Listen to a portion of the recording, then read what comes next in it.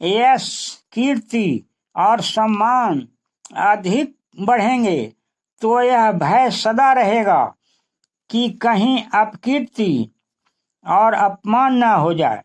जितना बड़कपन होगा उतना ही गिरने में अधिक कष्ट होगा। जितने ऊंचे जाओगे नीचे गिरने पर उतना ही चोट अधिक लगेगी। इसलिए धन, मान, यश आदि के बढ़ाने की चिंता छोड़कर भगवान की चिंता करो, जिससे तुम्हारा कल्याण हो। यश, कीर्ति और सम्मान अधिक बढ़ेंगे तो यह भय सदा रहेगा कि कहीं अपकीर्ति और अपमान न हो जाए। जितना बड़कपन होगा उतना ही गिरने में अधिक कष्ट होगा। जितने ऊंचे जाओगे